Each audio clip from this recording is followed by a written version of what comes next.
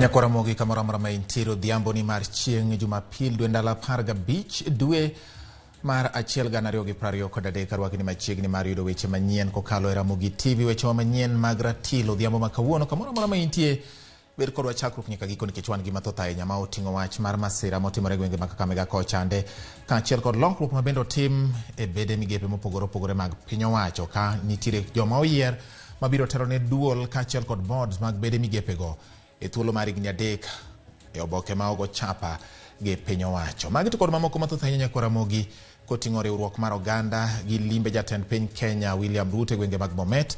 Adwani mondo ibed kodwa chakruok nyaka giko mag weche manyien. Mokwongo wayud thuond weche.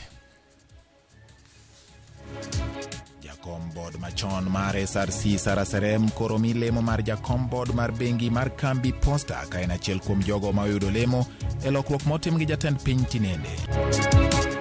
Hata baba Raila Amolo Odinga lazima tuseme tunamheshimu na tumpatie heshima all the time. Jatend migao mar tuke Ababu na Mwamba ojiwo jo Kenya ka okwayo jotelo mondo kik dir weche mag achaya ne jatend Azimio Raila Odinga. Nakwayo government kuiye to extend ne joma pok ong'eyo ni mondo obi register mondo giyud kothe yo maber. Moko kuom jopur dwaro ni sirkal omed thuolo mar ndiko jopur e chenro mar yudo mwandu mag pur.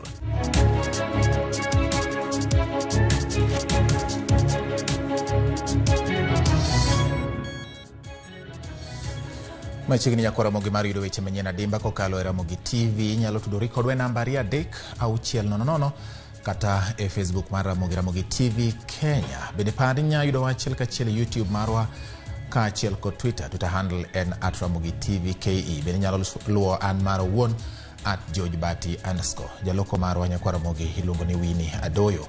Nyinga en George Bati. Machiegni jatend migao mar weche tuke Ababu na Mwamba ojiwo oganda mondo oriwre e yore dongruok manyalo loko ngimagi. Ababu manyoloso e kaunti ma Homa Bay kinde tuke mag Genoa ogoyo erokamano ne oganda jo Homa Bay kuom rwako jatend piny William Ruto gi nyadhi e limbe mare chieng' Tich Abich. Na Mwamba bende onyiso jotelo ma osebedo kadiro weche ne jatend Azimio Raila Odinga mondo chiw luor ne Raila Odinga, luor mowinjore kode kaluwore kod chiwruok mare e kelo lokruok ne piny Kenya. The only way this country can move forward is for us to embrace each other. Hata baba Raila Amolo Odinga lazima tuseme tunamheshimu na tumpatie heshima all the time. He may not have won the last elections, but the contribution he has made to make Kenya what it is today is unrefutable and cannot be erased in the history of this country. And so, we respect the president, but we also respect Baba Raila Amolo Odinga. I want you to know that. And as a government, we must make it clear that we embrace everybody and we support every Kenyan. Mimi kama waziri wenu, niko tayari any day, day and night, to work with you. Mutaniona Homa Bay sana. Kawadhi nyime ni jotelo mopogore owal kaka jokanyo kod jokombe e duol kod boards mag bede migepe mag piny owacho. Kalure kod lendo ma ogo chapa e oboke moyiedhi mar piny owacho mane en jakom mar duol ma ochung'ne osach jotich piny owacho Sara Serem owal kaka jakom mar board mar bengi mar Post Bank. Oboke moyiedhi mar piny owacho manogo chapa tarik 13 dweni. Piny owacho yango nyinge jotelo ma owal e duol kod board mag bede migepe mopogore mag piny owacho. Banke to singo mar bero bad migao mar obila kendo chuga put mabiro kelo lokruok e bad migao no. Jatend piny William Ruto koro walo jokanya 7 mabiro tayo duol ma ochung'ne tij obila National Police Service Commission ponyo puodhgi. Jokanyo ma jatend piny owalo makoro rito puotho ting'o Arthur Osia, Joyce Nyabuti, Gilbert Chabari Mutembei, Monica Mwiru, Raymond Sangsang Nyeris, Joyce Mutinda kod Mbeti Mushuki. E oboke onogo jatend piny bende oketo ayanga nyinge jotelo 8 ma owalo kaka jokanyo e duol ma ochung'ne chwech kod pok marom kaluwore kod chik mar 15 ma 2011. Ji 8 go gin Mary Kimonye, Dr. Ruben Chirchir, Oscar Iredi, Alice Waguthi Kinywa, Dr. Mary Muyandi, Stephen Oundo, Mucha Mlingo kod Michael Munene. Kaluwore kod lendo mar jatend piny ni piny Kenya nyaka ket mahino e choko mar osuru kendo thiro gope ma iholo kowuok e pinje maoko. Jatend migao mar omenda Jung'una Ndung'u owalo jokanya bich manyien e bond mar telo mochung'ne osuru KRA kendo wito oko nyinge joma ne oriko osewal lemono. Joma owal manyien gin kanyakla kod Darshan Shah, Wilkista Simiyu, Dr. Fancy To, Michael Kamau Kamiru kod Samir Ibrahim mabiro tayo bodno kuom thuolo mar higni 3. Joma welo gi owito oko ting'o Susan Mudhune, Jambetri Richard Opembe, Leonard Idhau kod Charles Makoyo Manga. E kindeno jatend migawo mar omenda Njuguna Ndung'u bende owalo mane en jakom mar duol ma ochung'ne osach jotich piny owacho SRC Sara Serem kaka jakom mar board mar bengi mar Post Bank. Kaka okang' mar keto lai mopuche tije mag dhowedhe ma pacho ahinya to mano ma Mombasa ma osebedo kod weche wi telo mare, jatend migawo mar weche wuoth Kipchumba Murkomen owalo Benjamin Dalu Tayari kaka jakom mar board ma ochung'ne dhowedhe KPA lemono ma odhi mako kuom higni 3 ka General mosedhi e yweyo ne tich Joseph Kibwana mane Rick owale lemono welo mare owito oko. E obokeno moyiedhi jatend migawo mar pur kod pith Mithika Linturi bende owalo jokanya 13 e board ma ochung'ne thieth mag jamni mondo konye jiwo weche mag pith e pachoka. Jokanyogo makoro biro mako lemono kuom higni 3 mabiro oting'o John de Messi Mande, Samuel Mugo, Joanna Kumu Magero, Jafred Kita, Catherine Wanjiru Wanjohi, Derek Chibeu, Benson Duora Menda, Orese Karanja Kuria, Pacho Oluoch, Mumina Guyo Shibia, Isaac Lekolol, Samson Mudhuri kod Sara Kapkarich. Mithika kata kamano wito oko welo mar jokanyo manotim motelo. Nyakoro mogi kowere kod wach mar welo no wang'e wuodh kada limbe jatend piny gwenge ma Bomet. Jatend piny Kenya William Ruto jiwo jotelo mondo ketenge pogruok e paro manie kindgi mondo giket maino margi e tiyo ne jopiny. Jatend piny osingo bero sekta mar pur chai, kahawa kod chenro mar ohala mar chak. Ruto ne oloso e alam mane okelo kanyakla dinde buora e kaunti ma Bomet mana kaka Walter Nyambaga koro leronwa. E kinde alama kende mane okelo kanisni buora e kaunti ma Bomet mane oyore kod jatend piny William Ruto kanyakla kod jodito ma opogore. Jatend piny okone jodak mawuoko mar okak ni jalupne Rigathi Gachagua biro manyo yore mag tieko mibadhi e sekta mar pur e kendo reso chenro mag pur mag chai, kahawa kanyakla kod ohala mag chak. Mambo mmesema vile vile ya changamoto ya mambo ya kahawa, mambo ya chai, mambo ya maziwa. Mmesikia ya kwamba hiyo kazi ya kupanga na kufukuza wakora na matapeli na brokers katika hiyo kona, huyu deputy president ataongoza. Na kwa sababu mimi najua roho yake, anapenda watu wadogo na atashughulika hiyo kazi ifanyike. Naona kuna watu wengine wanaendesha propaganda ati nimempatia hiyo kazi ati ndio yeye, ati ni mtego. Na wale watu wenye kukula jasho la mkulima wa majani chai, siku zenu zimeisha. Jatend piny okone jotelo moyier mondo ketenge pogruok e kindgi mondo giket maine tich ne jopiny mane oyierogi makare. Naona bado kuna viongozi wengine bado wanang'ang'ana na mambo ya vyeo. Bado huyu anatafuta hii, mwingine anatafuta ile. Mimi nataka niwaambie MCAs wa Kericho, wacheni upuzi. Hiyo mchezo mnaendelea. Sisi tunataka kila kiongozi ambaye amechaguliwa muanze kupanga mambo ya wananchi, sio kupanga mambo yenu ya vyeo sijui nani, mpaka mnapoteza wakati wa county assembly mkipigana. Jatend piny William Ruto manioten kod jodito bende ne ogolo chik ne bad migawo mandiko jopuonje tich mondo kasten gi mapiyo ndiko jopuonje tich. Na tumekubaliana ya kwamba hiyo kazi ya kuajiri walimu isiingizwe mambo ya siasa, na washukuru wa bunge, all members of parliament in the Senate and the National Assembly for accepting to keep off that exercise so that we can make it independent and we can make sure that that exercise is free and transparent, where the most deserving candidates ndio wanapata nafasi ya kufundisha watoto wetu. Ruto osingo loko ngima jo Kenya korka uchumi kod lwasi mamoko. Na hiyo kazi yote ni ili mwananchi wa Kenya aweze kupata huduma, aweze kushughulikiwa na mambo yake, na nitangaze ya kwamba hakuna mwananchi wa upinzani. Wananchi wote ni wananchi wa taifa letu la Kenya. Bishop, tunasema mtuombee serikali ya Ruto ipambane na hawa wadudu, impunity, ufisadi na tamaa, ili maisha ya Wakenya iwe sawa. Na mimi nataka kushukuru sana because you have said you have no room for hatred, you have no room for retribution, you have no room for revenge. You only have room to work for the people of Kenya. Walter Nyambaga, Ramogi TV. Jopuonjre mayande otimo penj mar klas 8 KCPE odiochieng' makiny geno yudo duoko ewi sikunde ma owinjogi riwrego. Bende jopuonjre mag grade mar 6 mayande otimo penj mar KPSEA biro yudo duoko margi mar penjno kinyo nogo, kata obedo ni duokono ok biketa yanga kaka mago mag KCPE kod KCSE. Judith Omondi ni kod mathoth ewima. Mana gi thuolo mar ndalo 10 to jopuonjre yawo skul ayanga, jopuonjre mag klas 8 mane otimo penj higa ma okalo bende igeno ni biro yudo duoko margi kiny wuok tich ewi skunde mag sekondar ma owinjogi riwrego. Ma en wach mane oketa yanga kod jatend migawo mar somo e kinde mane ogolo duoko mar penj mar klas 8 dwe mar 12 higa mokalo. Ei jopuonjre mohewo milion 1.2 mane otimo penjgo, maromo jopuonjre 9,943 ne oyudo maksi 400 kadhi malo.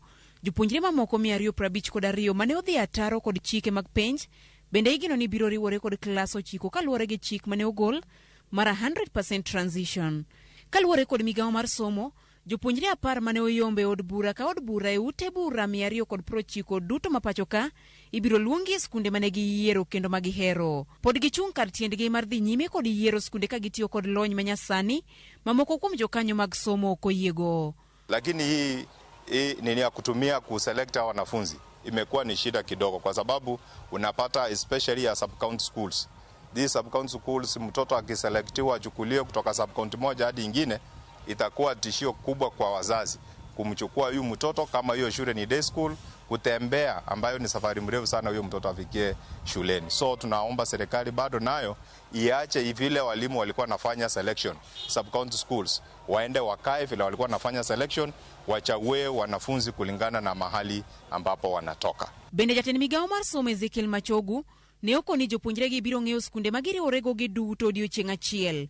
Wach ma opogore gi e kinde mokalo kuma ne ikuongo ichako kod mago madhi e skunde madongo mogik national schools. Bende kinyno ema jopuonjre mag grade mar 6 mane otimo penj mar KPSEA bende biro ng'eyo duoko gi mag penj mane gitimo higa mokalo.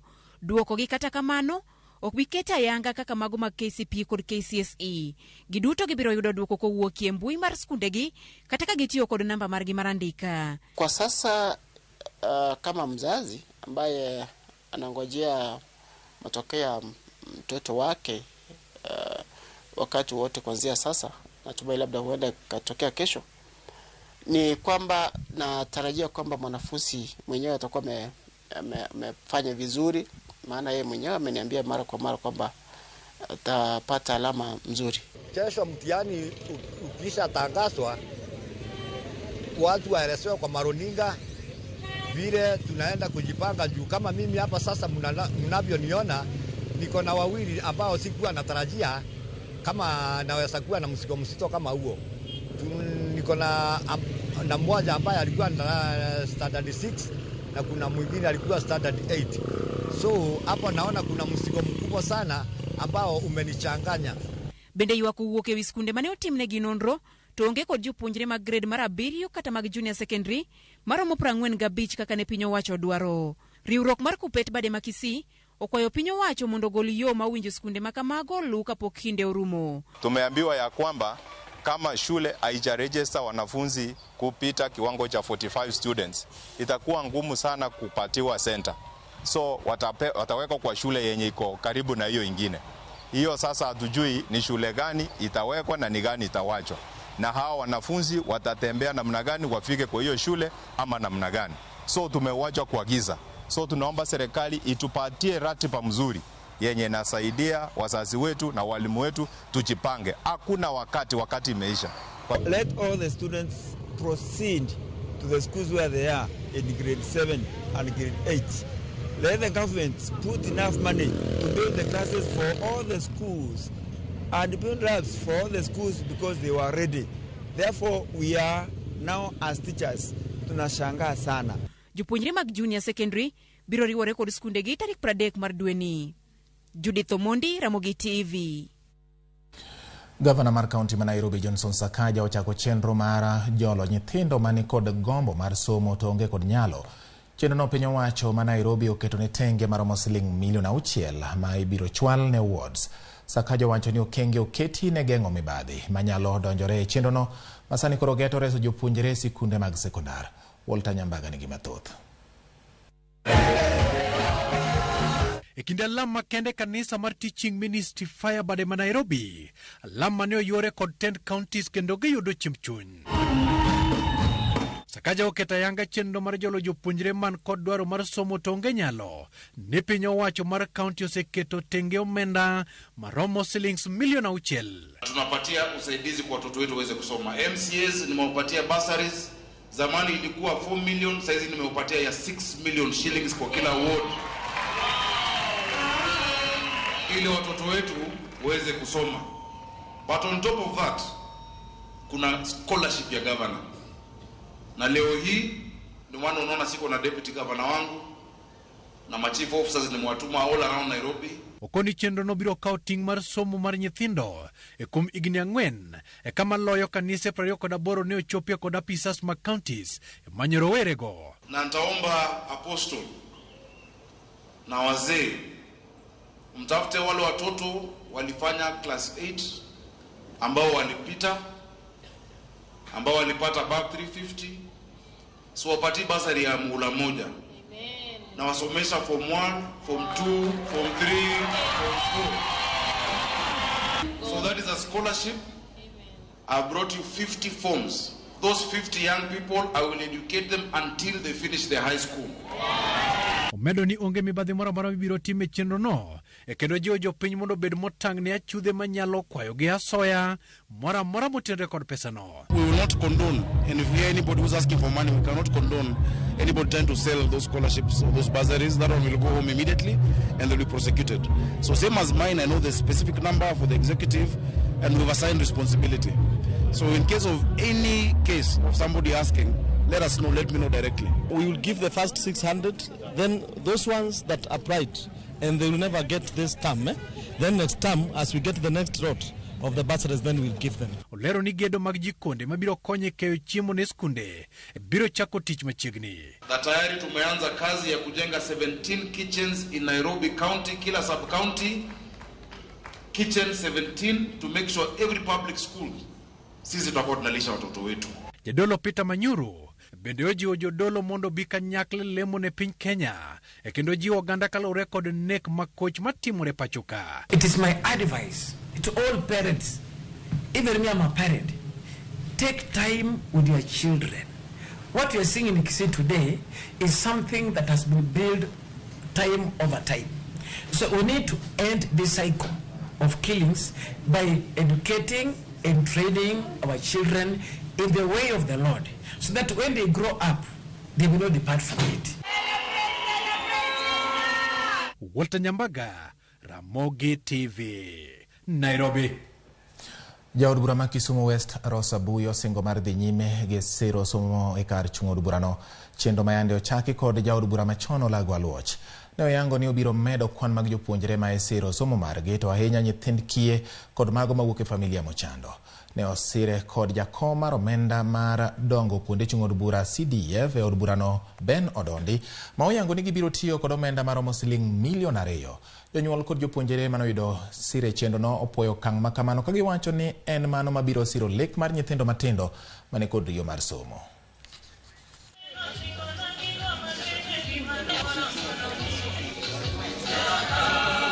Nyithindwa gi osebedo kanigi midhiero ka giweni koro jok mane imiyo scholarship kane mweshimiwa machon ne tiyo koro kamoro wadhi weyo mokwamiyo scholarship to wadwa ni wawachnegi ni nyithindwa 100 mane imiyo scholarship go mapok otieko skul mapod dhi gisomo wan kaka ofis mar member of parliament masani waonge gi thuolo ma wanyalo we chudo negi. Wadhi mbele gi chudo negi nikech wang'e ni ka gisomo to constituency ma gigero. An be an gi plan mar medo nyithindo to nyithindo madhi medo dwa pogre matin. An adwa donjo kuom nyithi kiye. Koro e ward ka ward wabro kawo nyithindo 2 makiye mo oyudo max maber mogik. Tiende ni achiel nyako, achiel wuoyi, gibro bedo nyithindo 10 to nyaka gibed ni gin nyithindo makiye mok nyal yudo fees ma ginyalo chulo. Tuamor gi mheshimiwa kuom dhi mbele kodwa, owacho ni odhi kawa, odhi medo puonjowa nyaka chieng' wachop wa achieve our dreams. Erokamano nyako Ramogi kuom keto Ramogi TV weche manyien mag ratilo odhiambo ma kawuono moro ahinya nikech ikete ka kendo in jalo ma bende ndikona puonj gi pak kuom keto Ramogi TV kendo yiero Ramogi TV e kinde televisen buora ma koro nyiso weche manyien gi sani. Erokamano Naftali Oko ka intira wendo penja ni adhi nade ka adhi maber baba. Victor Kuto wuode Nyapondo ma nyakwar Omwaya Kong'ow Ramogi neno malere gwenge mag Kabar Bungu. Erokamano ahinya kuom keto Ramogi TV. Oyudo maber ahinya Uhuru Nyambok Oyugis Dala. Erokamano ahinya bende Uhuru kanyendo. Ramogi amor kodu kabisa en Dezina kawuok e county 042 News Meter Dua. Erokamano ahinya en bende jok ma bende wuoyo koda e Facebook kama kanyalo lidho matin ayany ben aka endi Anyanga Makopeyo jagogo tuma an kaka pile neno Ramogi TV mose oda ka kendo ayie ni weche manyien chopo yo makare. Olo Julius nyakwar gogo mar Migori asedonjo kendo aneni makare kaka isomo weche manyien e yo mong'ith George Bati. Ramogi TV ler. Peter Oyier kata engineer Peter Oyier aneno makare ka ntiere game dudi amora ahinya gi chenro mar weche manyien. Erokamano nyakwa Ramogi med ndiko ne nambari 360 kata Facebook marwa bende nyalo luwa ko aina Ramogi TV Kenya, Twitter kaachiel kod YouTube bende wayudore achiel kachiel. Kik idhi mabor pod wan gi mathoth ka waduogo gi thuolo ni to wakaw yweyo adundo.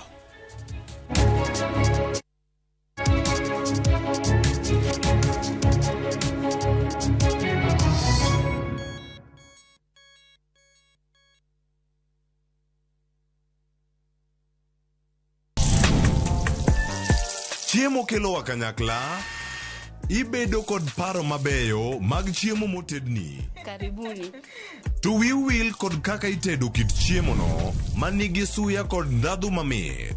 E chenro mar tedo gi chiemo, wapuonjore tedo kit chiemb luo kod chiemo manyasani. Koro kigolo ring'o ting'ade kama. Tich adek ka tich adek, saa 2 okinyi, mane Ramogi TV.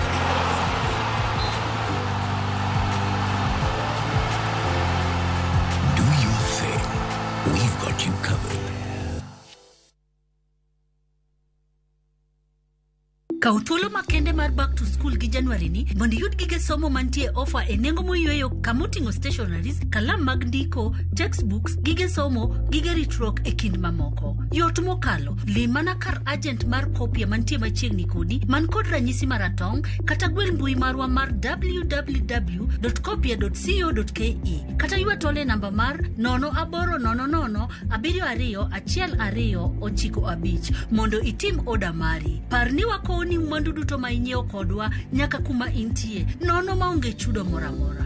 Kopia, maisha rahisi. Shabake's Premier League's jackpot, 6 Premier League's games, cheza na 8-ball, shinda 100k daily. Tuma neno PJP kwa 29063. Not for persons under the age of 18. BCLB license 416.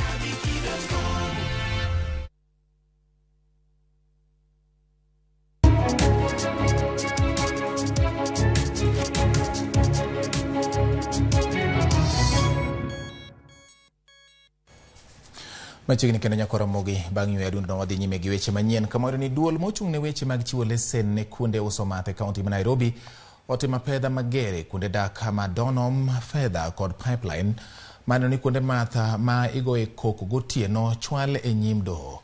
Moyo ji 50 nyomaki kendo ibiro chwalgi e nyim doho odiechieng' makiny. Mathoth miyowa kod Judith Omondi.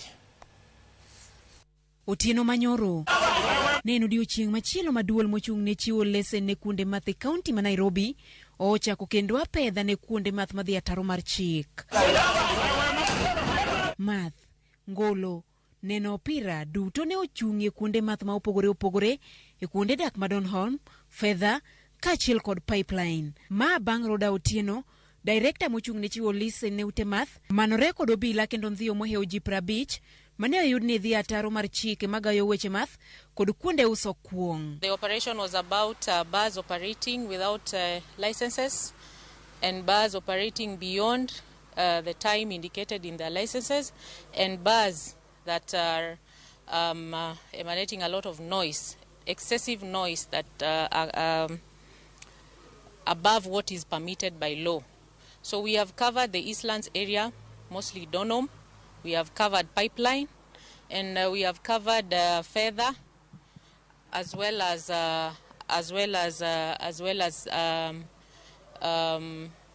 part of North Airport Road, and we have arrested quite a number of people who are going to be arraigned in court on Monday to face various charges according to the offences that they've been arrested for. Apedha machal kod mane ochak kod gavana ma Nairobi kendo sebedo kadhi nyime e kaunti ni. En achiel kuom yore matend kaunti ni tiyogo mar duoko koko ma ikelo kod ute math matiyo kuonde ma ji odakie. We want to urge bar owners, people who operate bar businesses, to make sure that they operate within the law.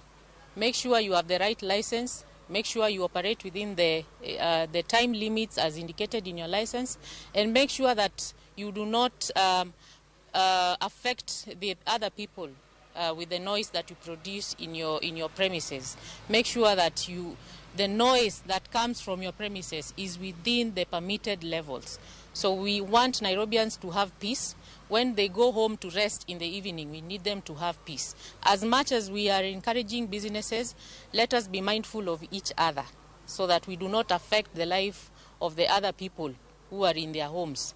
That is what we are urging the Nairobians and the business people to do. Chik mayande ogol kod tend kaunti ma Nairobi okumo thum ma oyaw matek ei ute math mantiere alwora ma ji odakie. Apedha ma osebed ka itimo en achiel kuom yore ma ikumogo weg ute math ma ok osebedo ka luwo chik ma oket kod piny owacho mar kaunti ni ma Nairobi. Judith Omondi, Ramogi TV.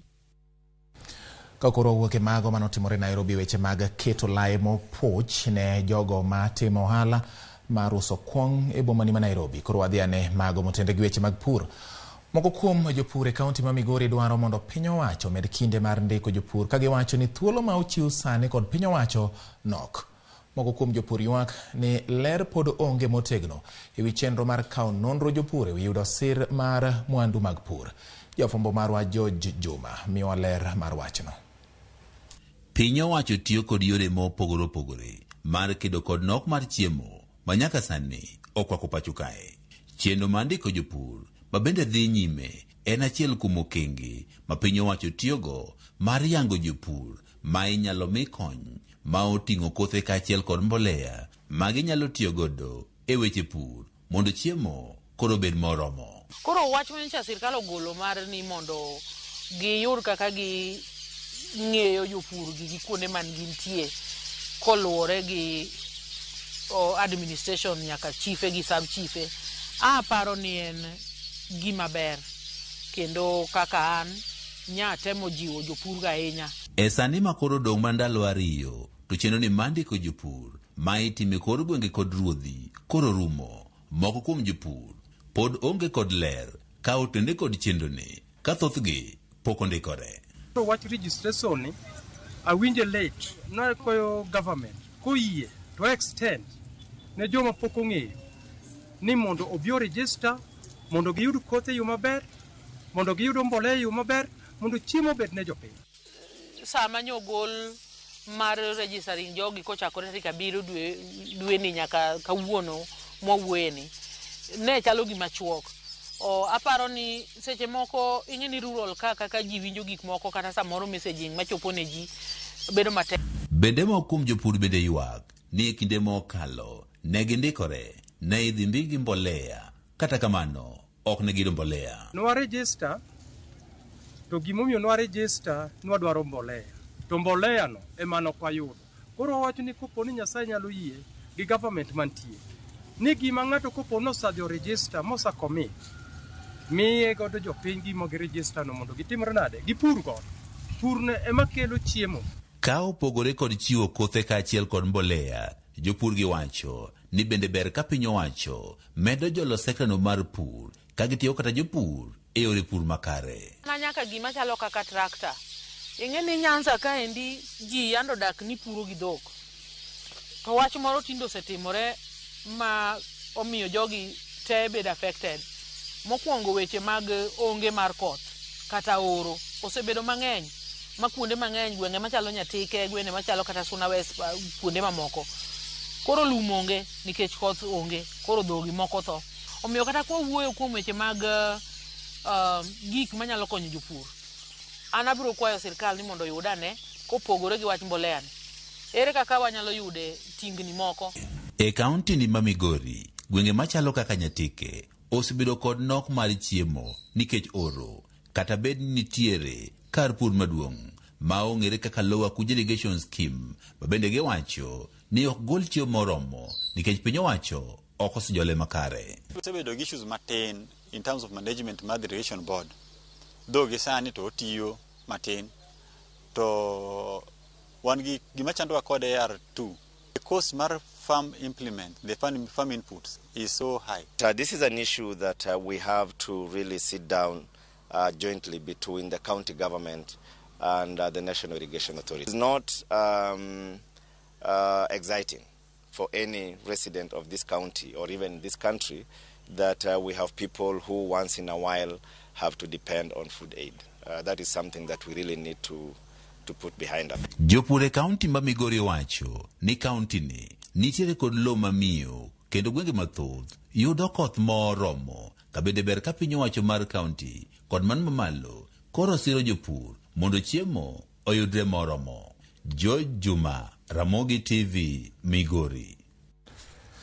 Kapuro dhi nyime ni jago moro ma hike ni ediere okawo ngimane owuon tok chikore olalo manyali kendo lutore na mataro ma India.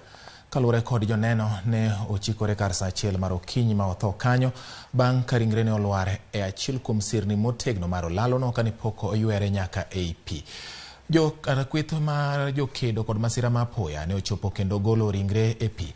Lipode mag jogo makawo ngimagi e olalo manyali osebedo ka medore, gino ma itudo kod dang'ni mar paro gi ngima ma medo ridore. Ringre ne otere kar kano ringre ma Coast General Hospital seche ma apisas mag obila timo nonro mar yango nonro mare to kod gima ne omiyo okawo okang' mar kawo ngimane.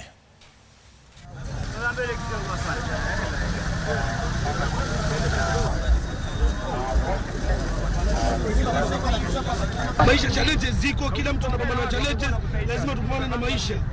Challenges zipo, shida, kila mtu ana shida zake, lakini we must know how to control ourselves, unaona? Shida ziko nyingi, kila mtu ana matatizo. Hakuna siku na matatizo. Unaona, hata wengine in fact, wengine wanatoa pengine hata mapenzi pengine.